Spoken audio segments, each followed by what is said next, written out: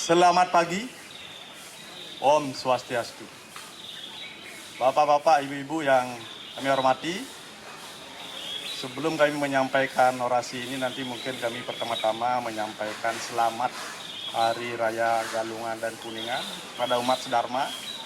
Semoga dengan kita melaksanakan Hari Raya Galungan dan Kuningan, ke depan kita bisa lebih baik dalam segala kehidupan dan memberikan makna yang bermanfaat untuk kita semua. Sebelumnya kami mungkin perkenalkan diri dulu. Nama saya Gede Wayan Suambe dari Dinas Perindustrian dan Perdagangan Provinsi Bali. Kebetulan menangani bidang industri. Judul kami ini sesuai dengan pertanyaan yang kemarin, itu upaya-upaya apa yang dilaksanakan oleh pemerintah Provinsi Bali untuk memberikan pelatihan-pelatihan kepada para perajin dalam menghadapi persaingan di pasar ekspor. Nah, judul ini sangat tertarik kami karena memang kami dari Dinas Perindustrian Provinsi Bali di dalam era global sekarang ini, bagaimana kita bisa memenangkan persaingan di pasar global, apalagi sekarang masyarakat ekonomi ASEAN sudah mulai berlaku awal Januari 2016. Nah, kalau kita bicara ekspor, perlu kami sampaikan bahwa ekspor daerah Provinsi Bali selama 5 tahun terakhir itu berfluktuasi. Pada tahun 2011 itu kita masih nilai ekspor sebesar 491 juta US dollar. Atau kalau dirupiahkan sekitar 6 triliun. Nah, tahun 2015 itu menurun menjadi 480 juta US dollar. Itu menurun sekitar 0,78. Hal ini disebabkan adanya pelemahan ekonomi global. Namun di tahun 2016 ini, itu mulai data dari Januari sampai Juni 2016 selama semester pertama tahun 2016 ini, berdasarkan surat keterangan asal yang dikeluarkan oleh Dinas Perindak, itu ekspor kita sudah mencapai 290 juta US dollar. Ini kalau dilihat dari tahun 2015 itu meningkat ya. Kalau sudah pertengahan itu sudah ada 290 juta US dollar. Mudah-mudahan nanti bisa mencapai 500 juta US dollar. Nah, ini menunjukkan bahwa perkembangan ekonomi dunia cukup membaik. Nah, dari ekspor sekitar 6 triliun itu 70% share dari industri dan kerajinan. 70% dari 6 triliun itu adalah ekspor hasil kerajinan dan industri. Nah, ini menunjukkan bahwa peran industri kecil di Provinsi Bali yang terkenal dengan industri kerajinannya, yang didukung dengan industri kreatif, ini sangat prospektif untuk dikembangkan. Nah, upaya apa yang kita lakukan, mengadakan pelatihan-pelatihan supaya ekspor ini jangan sampai menurun, terus bisa meningkat karena kita sekarang bersaing semakin ketat. Dalam hal ini Dinas Perindustrian dan Perdagangan Provinsi Bali selalu setiap tahun ini memberikan pelatihan-pelatihan diklat, ya, pendidikan pelatihan kepada para perajin. Nah, di mana kalau kita lihat data jumlah perajin industri kecil di seluruh Bali itu sebesar 12.236 unit usaha dengan menyerap tenaga kerja 93.000. Nah, cukup besar ini peran industri kecil kita. Dan industri kecil kita ini sangat mendukung sektor pariwisata. Apabila sektor pariwisata ini berkembang dengan kunjungan wisatawan meningkat, itu otomatis industri kecil kita juga akan meningkat. Karena wisatawan banyak juga yang belanja dan banyak yang berbisnis. Nah, dalam hal upaya untuk kita tetap mengembangkan industri kecil menengah ini, supaya tetap di pasar ekspor bisa eksis dan terus berkembang, kami telah mengadakan beberapa pelatihan-pelatihan. Nah, perlu juga kami sampaikan bahwa industri-industri kecil unggulan daerah Bali, yaitu industri tekstil dan produk tekstil, industri kerajinan perak, industri kerajinan kayu termasuk rumah-rumah jadi, industri kerajinan logam dan emas, industri kerajinan anyaman bambu, industri produk spa. Sekarang yang berkembang ini produk spa, ya, karena kita daerah pariwisata ini produk spa sangat berkembang dan diakui oleh dunia. Memang produk spa Bali ini cukup bagus untuk pengembangannya. Nah, ini kami dari Dinas Perindak Provinsi Bali, tentunya dari Pemprov, senantiasa terus memberikan diklat-diklat. Pertama mungkin diklat kita sampaikan pendidikan dan latihan untuk produk, diversifikasi produk dan desain. Itu termasuk untuk tenun, untuk perak, untuk kerajinan kayu. Bagaimana produk-produk yang ada sekarang ini tidak monoton gitu. Buatlah model-model baru, desain-desain baru yang benar-benar memang pasarnya bisa menyerap ya. Jangan membuat produk sesuai dengan keinginan kita, tidak. Harus membuat produk sesuai dengan keinginan pasar. Nah, ini pelatihan-pelatihan ini kita telah laksanakan berlanjut terus dari tahun ke tahun karena jumlah industri kecil kita sekitar 12.000 itu, kita setiap tahun paling bisa memberikan pelatihan sekitar 400 unit pengrajin ya. Sehingga masih banyak sekali teman-teman pengrajin yang belum mendapatkan pelatihan. Nah, di samping itu kita juga di samping pelatihan-pelatihan tadi kita juga mengembangkan pelatihan pengembangan passion. Karena passion ini merupakan produk kreatif. Produk kreatif yang selalu berubah-ubah sesuai dengan mode. Nah, kita juga mengadakan pelatihan pengembangan passion di beberapa kabupaten yang tahun ini kita adakan di Denpasar, di Gianyar, sama di Kelungkung. Karena keterbatasan anggaran kita bertahap, mungkin tahun depan di kabupaten-kabupaten lainnya.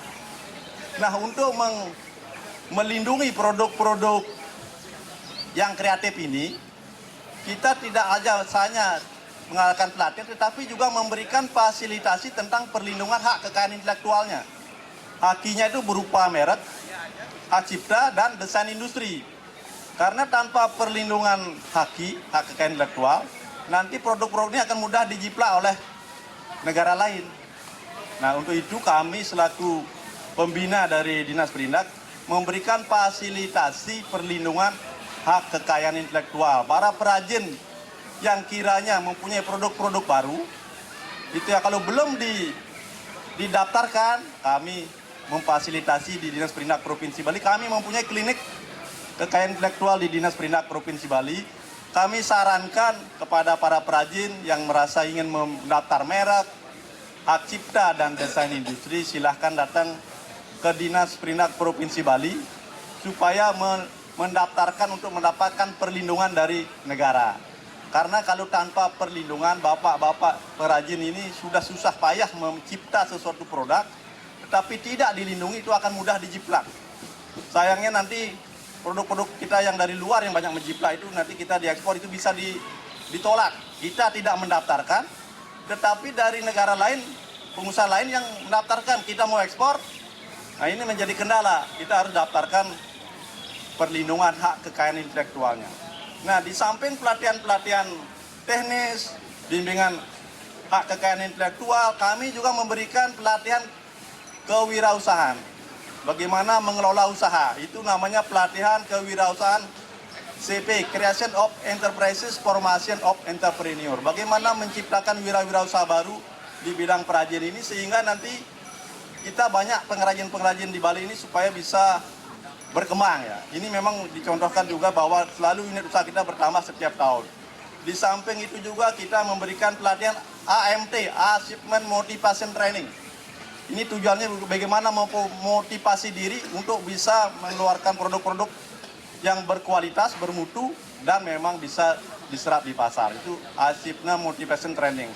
Demikian juga ada pelatihan pengembangan IT. Karena kita di zaman IT sekarang. Para perajin harus melek IT sekarang, tidak boleh gaptek ya. Harus IT. Bisa kita mempromosikan lewat online, lewat website, itu kita ajarkan juga untuk para perajin kita bisa bagaimana bisa memasarkan produk-produk lewat online. Nah, ini perlu kami sampaikan ke para perajin supaya kita tiap tahun juga, tapi karena keterbatasan anggaran, kita bisa setiap tahun untuk pelatihan web itu hanya 30 orang. Nah, ini tiap tahun kita laksanakan. Di samping itu juga kita memberikan fasilitasi gugus kendali mutu. Bagaimana para perajin ini bisa meningkatkan produk-produknya yang supaya bisa bermutu. Barang yang dikatakan bermutu apabila, selamat pagi Bapak Gubernur, mohon izin kami memberikan orasi ya. Nah, bagaimana produk-produk itu bisa diterima pasar ya? Kalau barang bilang bermutu apabila produk itu bisa memuaskan konsumen. Nah, itu dalam arti memuaskan konsumen. Oleh karena itu, Dinas Perindak juga memberikan fasilitasi bagaimana supaya para perajin ini bisa membuat gugus-gugus kendali mutu di setiap perusahaan kecilnya. Sehingga nanti ada beberapa orang yang ingin bagaimana selalu kita mengembangkan mutu. tiada hari tanpa perbaikan mutu. Nah inilah untuk bisa bersaing di pasar ekspor itu di samping tadi pelatihan, kita memberikan perlindungan hak kekayaan intelektual, bagaimana menerapkan gugus kendali mutu sehingga produk kita betul-betul bermutu bisa memuaskan konsumen. Inilah yang difasilitasi oleh Dinas Perindak Provinsi Bali. Di samping itu juga kita memberikan fasilitasi berupa pameran di dalam negeri. Bisa kita ikut biasanya pameran Inakrab itu untuk produk-produk industri kecil kerajinan. Nah ini pameran-pameran ini juga sangat bermanfaat untuk memberikan uji pasar kira-kira produk apa yang kita bisa laku di pasar. Nah di samping itu karena ini terkait dengan ekspor, diberikan juga bagaimana tata cara untuk melakukan ekspor produk kerajinan.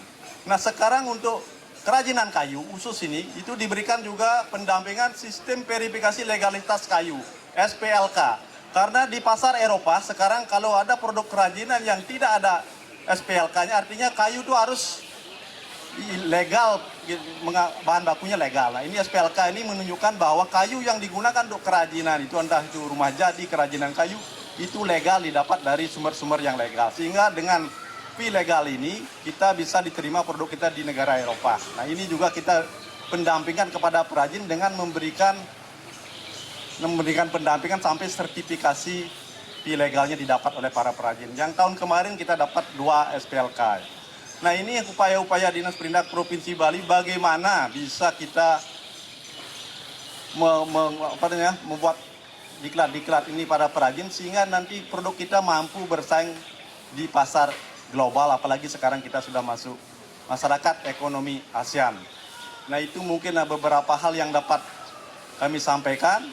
Namun dalam kesempatan ini juga kami beberapa pelatihan tahun ini terpaksa tidak bisa dilaksanakan, seperti pelatihan tenun, pengembangan diversifikasi tenun di Nusa Penida, pelatihan diversifikasi tenun di Seraya, dan pengembangan fashion di Denpasar, dan pelatihan kerajinan logam di Tabanan tidak bisa dilaksanakan karena adanya ketentuan pemotongan anggaran dari pusat. Sehingga mungkin tahun depan kita akan lanjutkan laksanakan sehingga menjadi program untuk meningkatkan pengetahuan para perajin dan produknya dapat bermutu sehingga kita akan terus laksanakan pelatihan-pelatihan itu dan pendampingan. Mungkin itu yang dapat kami sampaikan. Kiranya lebih kurangnya kami mohon maaf dan kami akhiri dengan Paramo Santi. Om Santi Santi Santi Om.